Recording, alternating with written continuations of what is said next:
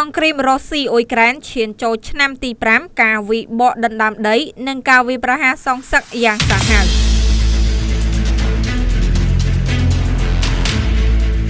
រុស្ស៊ីសម្រុកបាញ់មីស៊ីលនិងដ្រូនរាប់រយគ្រឿងខណៈអ៊ុយក្រែនវាយបកកំទេចរោងចក្រមីស៊ីលយុទ្ធសាស្ត្រក្នុងដីរុស្ស៊ី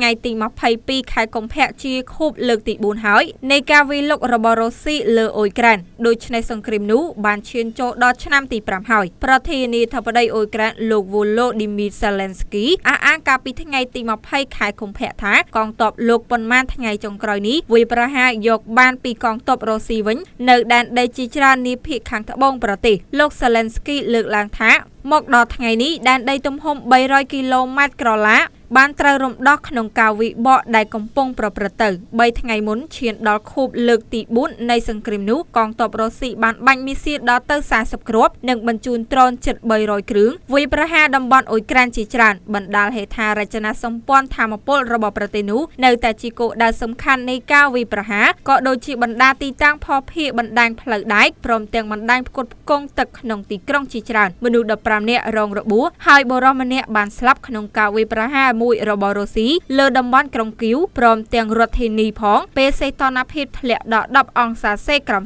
0ពេលរដ្ឋធានីរងការវាយប្រហារនាពេលយប់តាម Telegram ប្រមុខរដ្ឋបាលយោធាក្រុងគីវលោកទីម៉ូធីកាឆេនកូថ្លែងថាសត្រូវបានវាយប្រហាររដ្ឋធានីដោយមីស៊ីលប៉ាឡេស្ទិកលោកស្នើដល់ប្រជាជនឲ្យស្ថិតក្នុងទីជម្រកតាមបណ្ដាញសង្គមប្រធានាធិបតីអ៊ុយក្រែនសរសេរថាតំបន់7រងការវាយប្រហារក្នុងនោះមានក្រុងគីវតំបន់ក្រុងឌីនីប្រូគីរ៉ូវូរ៉ាត់មីកូឡាអែវអូដេសាប៉ុលតាវ៉ានិងសូមីទន្ទឹមគ្នានេះដែរនៅទីក្រុងមីកូឡាអ៊ីវមនុស្ស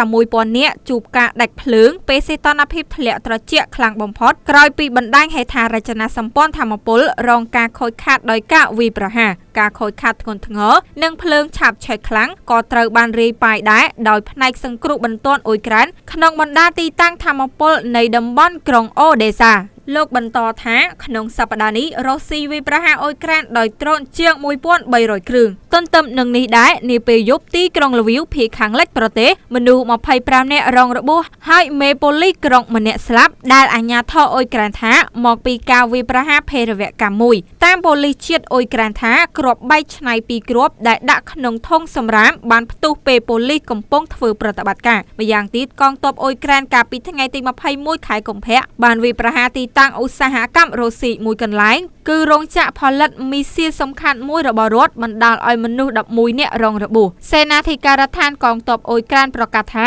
កងទ័ពខ្លួនបានវាយប្រហាររោងចក្រមីស៊ីលសំខាន់មួយនៅជិតទីក្រុងវូដគីនដោយប្រើបណ្ដាលមីស៊ីលបណ្ដែត FP5 Flamingo ផលិតដោយអ៊ុយក្រែនខ្លួនឯងរោងចក្រវូដគីននោះផលិតមីស៊ីលប៉ាឡេស្ទិក Iskanderដែលជារឿយៗប្រើប្រាស់ក្នុងការវាយប្រហារប្រឆាំងអ៊ុយក្រែនព្រមទាំងមីស៊ីលប៉ាឡេស្ទិករំលងទ្វីបអាចផ្ទុកក្បាលគ្រាប់នុយក្លេអ៊ែរមីស៊ីលសម្រាប់នាវាមុជទឹកព្រមទាំងមីស៊ីលល្បឿនជាងសំឡេងហ្គីនសាល់អំពីការចរចាសន្តិភាពដោយផ្ទាល់រវាងរុស្ស៊ីនិងអ៊ុយក្រែនក្រោមអាជ្ញាកណ្ដាលអាមេរិកដែលពេលនេះកំពុងជាប់គាំងបេសកជនពិសេសរបស់ប្រធានាធិបតីអាមេរិកលោកដូណាល់ត្រាំមិនបដិសេធឡើយលទ្ធភាពនៃការជួបគ្នាកំពូលមួយរវាងប្រធានាធិបតីរុស្ស៊ីលោក Vladimir Putin និងសមភាគីអ៊ុយក្រែនលោក Zelensky